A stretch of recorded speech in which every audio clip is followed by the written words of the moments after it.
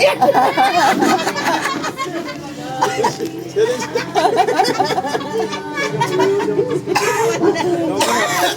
Ginawan laruan ng mga.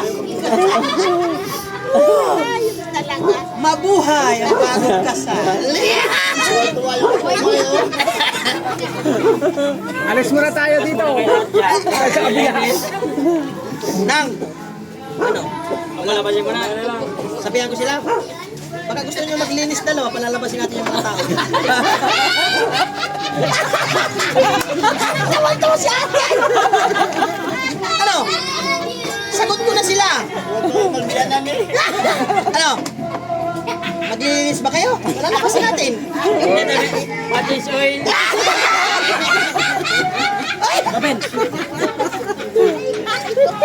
Baka, ay, ayusin yung filter nyo, baka singaw.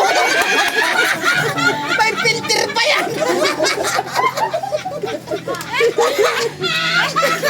Ay, baka mag-init may pulan pa. Yan!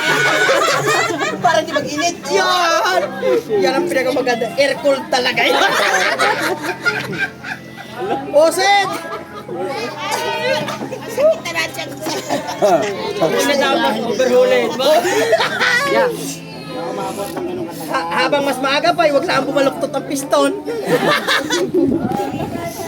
Alaga sa langis. Ay, alaga ba?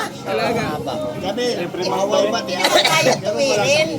Petron pa naman. Ay, talagang maganda talaga ang Hindi na talsik kaya yan. tuwirin. Ha? Paluktot na, hindi na kaya tuwirin. Ayan na. Ha? Hindi ako maniwala. Baka sabi dati ba niya nakay? Sabi na. Nagkaubulit ako ay. Hindi lagyan. Pati agad maniwala. Sabihin mo, Para sa buot, malapit na sa butas. Ano saklap pag ganito? ang problema dyan nung once na gumalaw ang kalahati niyan, ibig sabihin, matayo pa yung kalahati. Ay, gumalaw yung kalahati ay. May posibilidad na mabuhay pa yung unahan. Di ba? Ay, gumalaw ang kalahati ay. Ati ah. Ati ah. Ay, pwede talagang galapaan yan. Kaya papalit sa daan. At pagdungaw sa akin, makaya na, sarap lang yun, hindi makaya. At once na maamoy ang pagmamay-ari, posibleng hindi magalit yan. Eh mismo sarili mong lagayan yun ay. Di ba? Eh kaluban mo yun ay. Pag ginamit mo yung kaluban mo, posibleng hindi magalit yan. Aswang nga hindi nagagalit. Yung mismo may-ari. Kaya!